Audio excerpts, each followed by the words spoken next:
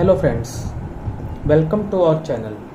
Students, today we shall solve REAT Level 2 examination, and in that Level 2 examination we shall solve Section 3 Language 2 English. Today we shall solve REAT Level 2 examination Section 3 Language 2 English. See, there are 30 questions in this section. All questions are compulsory. Our first question: remedial classes play an important role for option A society, option B bright students, option C disabled ones, option D intelligent ones. Students, remedial classes play an important role for disabled ones. Our correct answer is option C, disabled ones. Disabled जो pupils होते हैं उनके लिए remedial classes एक बहुत महत्वपूर्ण योगदान देती हैं. तो जो भी बच्चे जो हैं पढ़ाई में कमज़ोर होते हैं या कोई डिसेबिलिटी होती है, then remedial classes are very fruitful for them. Now the next question: an important feature of an adequate evaluation is option A, it is responsible, option B, it is diagnostic, option C, it enhances learning, option D, it harasses students. Students, यहाँ पर हमसे पूछा गया है जो adequate evaluation होता है. adequate का मतलब appropriate, उचित जो मूल्यांकन होता है उसकी एक महत्वपूर्ण विशेषता क्या है. तो students, an important feature of an adequate evaluation is option C, it enhances learning. The correct option is it enhances learning. Now see directions for question number 63 to 65. Here lines of a poem are given. See the lines. The wind lies asleep in the arms of the dawn, like a child that has cried all night. Now see question number 63. The second line is an example of A. simile, B. metaphor, C. personification, D. alliteration. अब ये आपका literary device का question है. आपसे पूछा गया है कि जो हमने पोएम्स की जो 2 लाइन ऊपर रीड की हैं उसमें सेकंड लाइन किस चीज़ का एग्जाम्पल है. तो स्टूडेंट्स, आपको क्लियरली आइडिया हो जाता है कि like a child that has cried all night, जब भी लाइक आ जाए या एज आ जाए तो वो सिमली होता है, क्लियर इंडिकेशन है लाइक से ही. तो यहाँ पर the second line is an example of simile. Option A is correct. Now next one, question number 64. Metaphor is defined as. Metaphor को हम और किस चीज के रूप में डिफाइंड करते हैं यानी परिभाषित करते हैं. A. far-fetched simile, B. implied simile, C. covert simile, D. explicit simile. Students, metaphor को हम इम्प्लाइड सिमिली भी कहते हैं.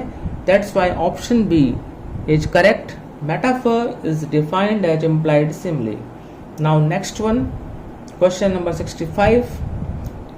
Dash is an example of personification in the above lines. A wind, B child, C night और D that. ये जो 4 options हैं आप देखेंगे, विंड, चाइल्ड, नाइट, दैट, ये जो पोएम्स की जो लाइन्स हैं वहीं से लिए गए हैं. हमसे पूछा गया है कि पर्सोनिफिकेशन का कौन सा एग्जाम्पल है अबव लाइन्स में. तो स्टूडेंट्स, यहाँ पर जो विंड है वो यहाँ पर पर्सोनिफिकेशन का एग्जाम्पल है. Option A is right. Now next one, question number 66. Blank verse is iambic pentameter. A without rhyme, B with rhyme, C with alternate rhyme, D without alternate rhyme. Students, correct answer is Option A, without rhyme. Blank verse is iambic pentameter without rhyme. Blank verse is iambic pentameter. Option A, without rhyme. Now next question. O wild west wind, do breath of autumn's being the above line contains. Option A, personification and alliteration. Option B, simile and alliteration. Option C, personification and simile. Option D, metaphor and personification.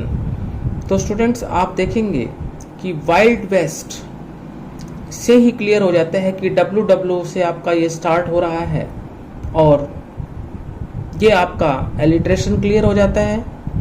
Words beginning with the same letter and here wind is personified.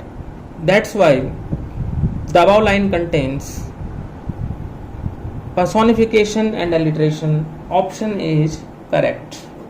Now next one, an elegy is A joyful lyric, B a poem on death of someone dear, C a sonnet on nature, D a marriage song. हमसे पूछा गया है कि elegy क्या है. आपको पता होगा एक थॉमस ग्रे की पोएम है an elegy written in a country churchyard. तो यहाँ पर आपसे पूछा गया कि एलेजी क्या है. तो स्टूडेंट्स, एलेजी एक ऐसी कविता होती है जो किसी प्रिय की मौत पर लिखी जाती है.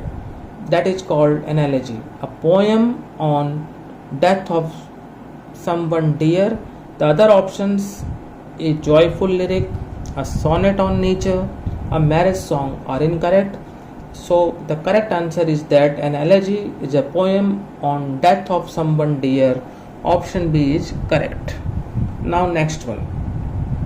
The speaker oblique narrator in the pastoral elegy is option A musician, option B a shepherd, option C a painter, option D a sculptor.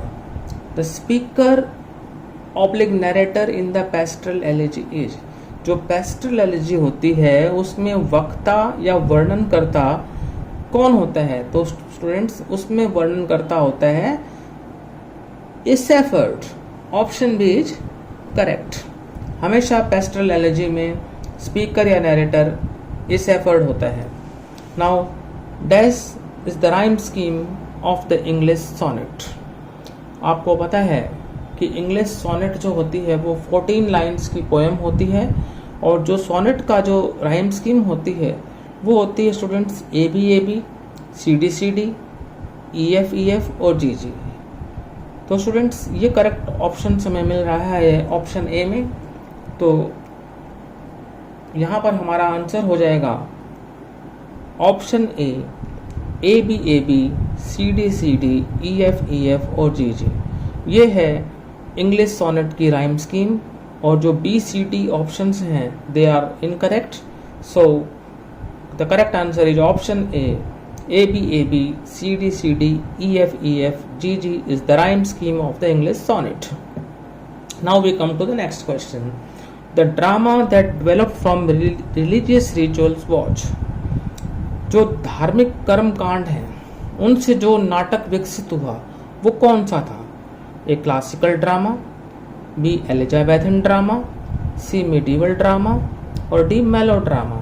So students, यहाँ पर जो करेक्ट आंसर है वो है आपका option C medieval drama. Now next one, आपको जो है फोनेटिक सिंबल दिया हुआ है वो करेक्ट ट्रांसक्रिप्शन कौन से वर्ड का है.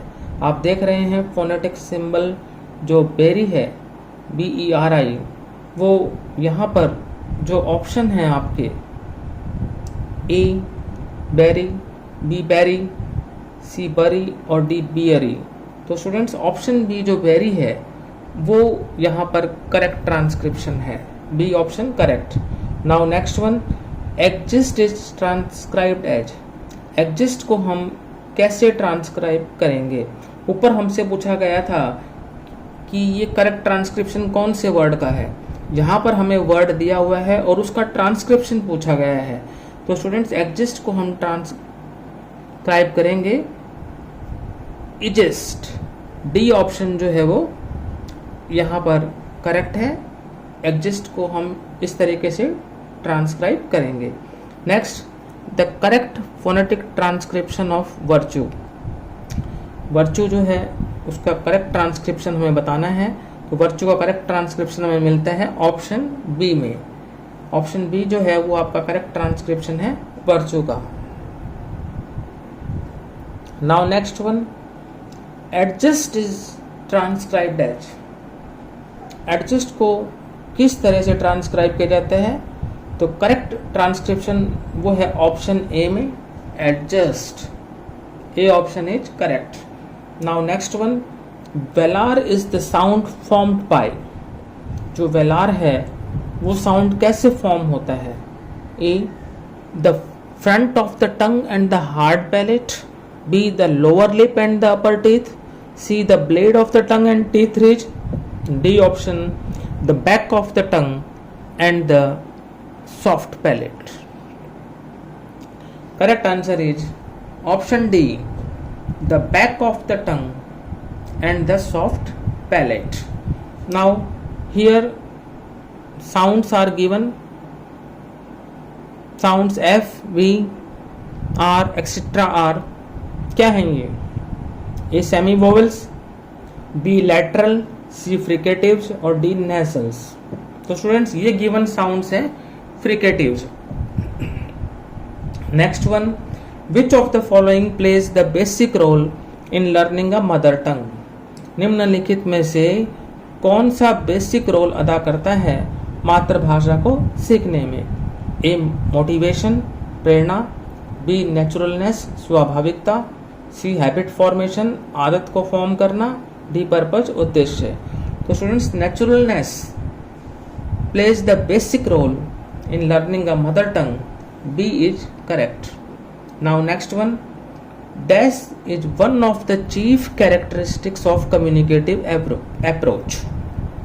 निम्नलिखित में से एक जो है कम्युनिकेटिव अप्रोच की मुख्य विशेषता है। कम्युनिकेटिव अप्रोच आपका एक टीचिंग मेथड है, जैसे डायरेक्ट मेथड है, स्ट्रक्चरल अप्रोच है, बाइलिंगुअल मेथड है।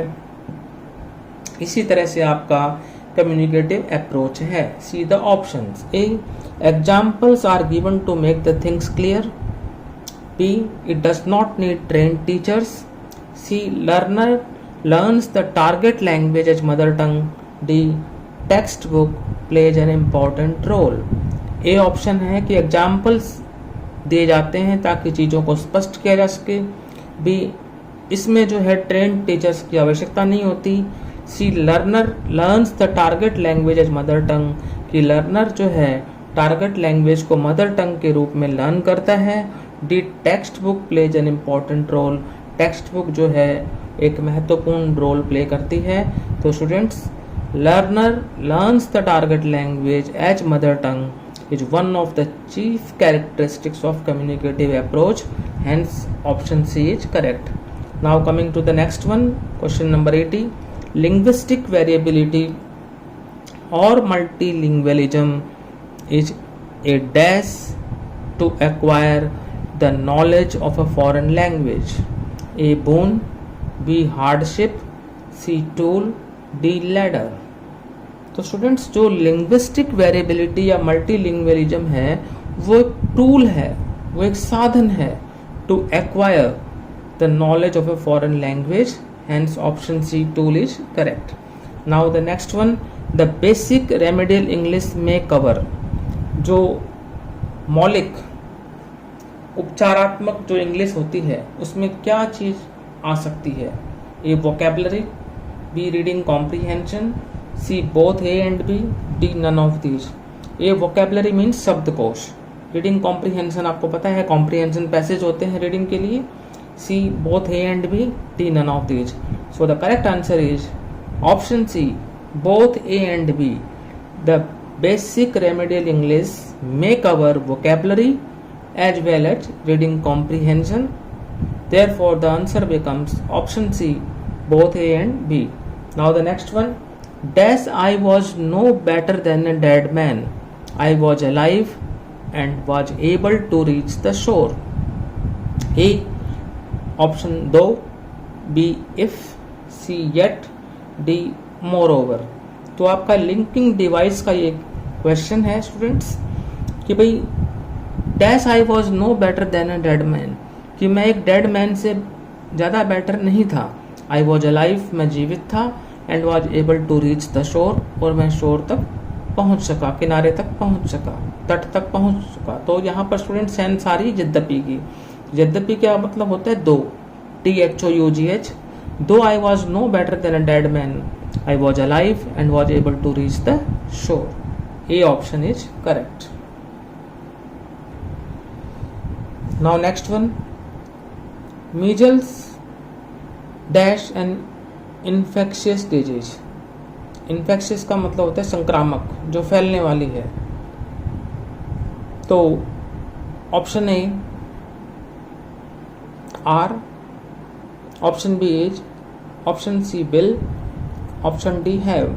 तो स्टूडेंट्स मीजल्स के साथ, जिसको हम खसरा कहते हैं, तो मीजल्स के साथ हमेशा जो है इज लगेगा। जो आपकी यहाँ पर वर्ब लगेगी वो सिंगुलर वर्ब लगेगी, आपको यह ध्यान रखना है। तो measles is an infectious disease. B option is correct. Now next one, my friend and his father dash meeting us tomorrow. Option A are, option B is, option C will, और option D have. तो मेरा दोस्त और उसके पिता कल मिलने आ रहे हैं। They are not the same person, they are two different persons, therefore plural verb is used. My friend मेरा दोस्त और उसके पिता, that means two persons are meeting us tomorrow. तो जब भी दो व्यक्तियों की बात हो तो वर्ब क्या हो जाता है? प्लूरल। तो आर आएगा स्टूडेंट्स। ए ऑप्शन करेक्ट है। Next, the fisherman cast his net for 2 whole days but dash not get a good lot. Option A can, option B might, option C could, option D may. Fisherman ने अपना जो जाल है वो 2 दिन पूरे बिछाए रखा, लेकिन उसको अच्छा लॉट नहीं मिल सका, यानी ज़्यादा फिश को जो है वो नहीं मतलब जो है इकट्ठा कर पाया अपने जाल में, तो नहीं कर सका मतलब, but could not get a good lot. तो ऑप्शन जो थे हमारे पास कैन, माइट, कुड और मे। करेक्ट मॉडल जो होगा यहाँ पर सी कुड सॉरी। तो यहाँ पर the fisherman cast his net for 2 whole days but could not get a good lot. तो यहाँ पर जो है बात हो रही है कि जो उसने प्रयास किया उसमें उसको सफलता नहीं मिल सकी, तो यहाँ पर कुड आएगा। सी ऑप्शन राइट है। Next question number 86, Ravi's uncle guided him how he dash attempt his test. Option A can, option B should, option C may, option D will. Ravi के अंकल ने उसको गाइड किया कि उसे कैसे टेस्ट को अटेम्प्ट करना चाहिए। चाहिए की बात आ रही है, तो चाहिए की बात आएगी तो स्टूडेंट शुड आएगा। Option B correct. Now next one, flying in the face of. See students, flying in the face of is here is an idiom. Options are A respect, B prey, C reward, D insult. तो flying in the face of का मतलब होता है insult करना, अपमान करना। तो यहाँ पर करेक्ट आंसर है option D insult. Flying in the face of means insult. Now question number 88, by fits and starts means A not fit to start, B good omen, C not regular, D speedily. तो students by fits and starts का मतलब होता है not regular, के नियमित रूप से ना होना, दैट मीन्स इरेगुलरली। तो करेक्ट आंसर है option C not regular. Now question number 89-90, read the following passage and answer the questions. Following passage को आप पढ़ें और क्वेश्चंस के आंसर दें. Watching television for a long time could lower academic performance. It steals away the reading time. Time management is about self-discipline. Time must be managed between filled and unfilled time. Now see the questions. Question number 89. Dash may be an appropriate title for the given extract. अब हमने extract पढ़ा है तो उसका appropriate title क्या होना चाहिए? Options हमें दिए गए हैं, उनमें से एक इसका जो है appropriate title होगा A discipline, B self respect, C time management, D television. So students, time management may be an appropriate title for the given extract. तो given extract है जो वो time management के बारे में ही बात कर रहा है कि कैसे हमें अपने टाइम को मैनेज करना चाहिए, कैसे हमें अपने समय का ध्यान रखना चाहिए. तो C option time management correct है. His father never starved, but he could not cast any doubt on the story, so he had to make an effort to hold his tongue. Now next one, question number 90. The linking devices used in the above extract belong to. अब हमने ये पढ़ा extract. His father never starved, but he couldn't cast any doubt on the story, so he had to make an effort to hold his tongue. The linking devices used in the above extract belong to A. Concession and contrast, B. Opinion and purpose, C. Condition and adding ideas, D. Contrast and consequence. तो students यहाँ पर आपको देखेंगे कि but और सो हैं. तो but जो है वो कंट्रास्ट को बता रहा है यहाँ पर, और सो जो है वो कंसिक्वेंस को बता रहा है. तो ये जो बट और सो यहाँ पर अंडरलाइंड हैं, ये लिंकिंग डिवाइसेस हैं और ये बिलोंग करते हैं कंट्रास्ट को और कंसिक्वेंस को. तो स्टूडेंट्स डी ऑप्शन जो है कंट्रास्ट एंड कंसिक्वेंस वो करेक्ट है. So students today we solved REET level 2 examination held on 26/9/2021 section 3 language to English. Hope you liked my video. That's all for today. Thank you.